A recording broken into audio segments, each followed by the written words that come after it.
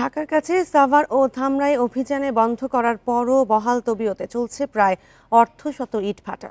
কৃষি জমির মাটি কেটে তৈরি হচ্ছে ইট। জনবল সংকট ও সমন্বয়হীনতাকে অজুহাত হিসেবে তুলে ধরছে পরিবেশ অধিদপ্তর। অন্যদিকে স্থানীয়দের অভিযোগ নানাভাবে ম্যানেজ করায় দেখে না প্রশাসন। এমনকি অবৈধ ইট ভাটা নিয়ে সংবাদ সংগ্রহ করতে গেলে পড়তে হয় তোপের মুখে। জেলা প্রশাসন থেকে এই ইটভাটাটির কার্যক্রম একেবারে বন্ধ করে দেওয়ার ঘোষণা থাকলেও এলাকাবাসীর অভিযোগ যে অভিযানের পরদিন থেকেই ইটভাটাটি আবারও চালু করা হয়েছে। বারবার এলাকাবাসীর পক্ষ থেকে অভিযোগ করা হলেও প্রশাসন কোনো ব্যবস্থা নেয়নি, এমনটি তারা অভিযোগ করছেন। তারা বলছেন যেহেতু এই ইটভাটাটি অবৈধ, তাই এটিকে যাতে খুব দ্রুততার সঙ্গে সংশ্লিষ্ট কর্তৃপক্ষ যারা আছেন তারা যাতে এটির ব্যাপারে উদ্যোগ গ্রহণ করেন। ধামরাই উপজেলার কুল্লা ইউনিয়নের পাল্লি গ্রামের মাহি এন্টারপ্রাইজকে 24 ডিসেম্বর অভিযান চালিয়ে বন্ধ করে দেয় জেলা প্রশাসন। এরপরেও প্রকাশ্যে চলছে ইট ভাটার কাজ। সংবাদ সংগ্রহে গেলে পড়তে হয় মালিক সোলাইমানের লোকজনের বাধার মুখে। এলাকাবাসী জানান, অভিযানের পর 1 ঘন্টার বেশি বন্ধ রাখা যায়নি এই ইট ভাটা। উপজেলা নির্বাহী কর্মকর্তাকে বারবার জানিয়েও হয়নি কোনো সুরাহা। 10-12 জনের মতো লোক সবাই মিলে আইসা লাঠি মাঠি নিয়ে আমাদের 2-3 জনকে দাবড়াইছে। একই দিন অভিযানে বন্ধ করে দেয়া হয় এই এলাকার স্বর্ণব্রিক সহ 7টি ভাটা, কিন্তু ওই দিন থেকেই আবারও পোড়ানো হচ্ছে ইট। এদের কাছে আসলে বাদে তাদেরকে দাও লাঠি চটা লইয়া দাবড়ান দেয়, কাগজ বানায় না, কোনো কিছু বানায় না, জুল জোর চালিয়ে আনছে। সাভার ও ধামরাই গত 1.5 মাসে এমন অন্তত অর্ধশতাধিক ইট ভাটায় সমন্বিত অভিযান চালানো হয়, তবে এর বেশিরভাগই এখনও চালু রয়েছে। নানাভাবে প্রশাসনকে ম্যানেজ করেই চলছে অবৈধ ইট ভাটাগুলো। দূষণ নিয়ন্ত্রণে কার্যকর ব্যবস্থা এনফোর্স করা, যে আইনগুলো আছে সেগুলো এনফোর্স করা। যেহেতু আমরা লক্ষ্য করছি যে বছরের পর বছর ধরে অবৈধ ইটের ভাটাগুলো রয়ে গেছে, তাহলে এটার দায়িত্ব পরিবেশ অধিদপ্তর এড়াতে পারে না।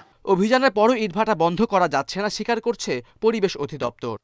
জনবল সংকট ও সমন্বয়হীনতাকেই দায়ী দিচ্ছেন কর্মকর্তারা।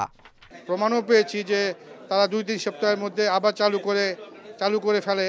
তাহলে বোঝা যাচ্ছে যে আমাদের নজরদারিটা একটু কম আছে, এই নজরদারি বাড়াতে হবে। সারা দেশে প্রায় 4000 ইট ভাটা রয়েছে, এর মধ্যে ঢাকার আশেপাশেই প্রায় 800। Khaled Raihan, independent news, Dhaka.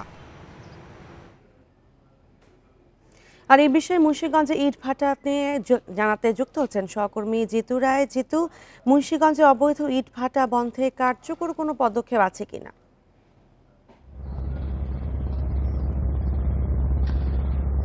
দেখুন, কার্যকর পদক্ষেপ আমাদের দৃষ্টিতে এখন পর্যন্ত পড়ে না, কেননা আমি কথা বলেছি পরিবেশ অধিদপ্তরের উপপরিচালক মোহাম্মদ মিজানুর রহমানের সাথে।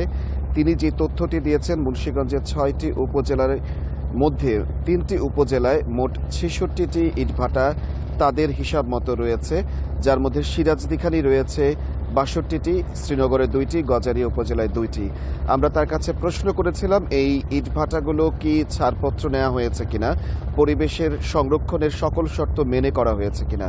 তিনি যেটি বলেছেন যে তার কাছে যেই 66টি রয়েছে ইটভাটার তথ্য, সেগুলো তাদের কাছ থেকে ছাড়পত্র নিয়েছে। কিন্তু তিনি আরও একটি তথ্য দিয়েছেন, গত বছর তিনি 6 লক্ষ টাকা জরিমানা করেছে। আমরা জানতে চেয়েছিলাম যদি ইটভাটা ছাড়পত্র নিয়ে পরিচালিত হয়েই থাকে এবং পরিবেশ সংরক্ষণে থাকে, কোনো ক্ষতিকর কোনো ঘটনা না থাকে, তাহলে সেক্ষেত্রে জরিমানাগুলো কিসের।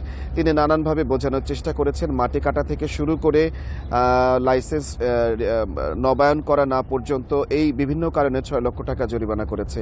কিন্তু বস্তুত সিরাজদিখানে ধলেশ্বরী নদীর পারে যেভাবে সরকারি জমি দখল করে ইটভাটাগুলো 62টি ইটভাটাগুলি রয়েছে, সেখানে আমরা কিন্তু দেখেছি একই স্থানেই কিন্তু সরকারি জমি দখল করে 62টি ইটভাটা রয়েছে। সেই ইটভাটাগুলো কিন্তু এমনভাবে পরিবেশকে ক্ষতিগ্রস্ত করছে। তারা বলছেন যে তারা কাঠ পুড়িয়ে সেটি করছেন না, কিন্তু পরিবেশের যে পরিস্থিতি সিরাজদিখান অঞ্চলে, সেইটি কিন্তু খুবই ক্ষতিকর অবস্থা। আমরা তাদেরকে প্রশ্ন করেছিলাম এই কাঠ যেই পরিবেশের যে নিয়ম নীতি রয়েছে সেগুলো কি মানা হচ্ছে কিনা। তারা যেটি বলেছেন, তাদের জনবল সংকটের কারণে জেলার 62টি এবং 66টি এই ইটভাটাগুলোকে তাদের নিয়ন্ত্রণ করা বা তদারকি করা সম্ভব হয় না, যার ফলশ্রুতিতে দেখা যাচ্ছে যে সরকারি বিধির যে রয়েছে সেগুলো কাগজপত্রেই থেকে যাচ্ছে, কিন্তু তারা কাগজপত্রের বাইরে গিয়ে তারা কিন্তু কাঠ পোড়াচ্ছেন এবং যার ফলশ্রুতিতে কিন্তু ধোঁয়ায় পরিবেশ নষ্ট হচ্ছে। মুন্সিগঞ্জের উপপরিচালক যিনি দায়িত্বপ্রাপ্ত রয়েছেন তিনি নির্দ্বিধায় স্বীকার করেছেন যে সম্পূর্ণভাবে তার পক্ষে এই ৬৬টি ইটভাটাকে তাদের পক্ষে তদারকি করা সম্ভব নয়। মুন্সিগঞ্জের অবৈধ ইট ভাটার বিষয়ে জানাচ্ছিলেন সহকর্মী জিতু রায়।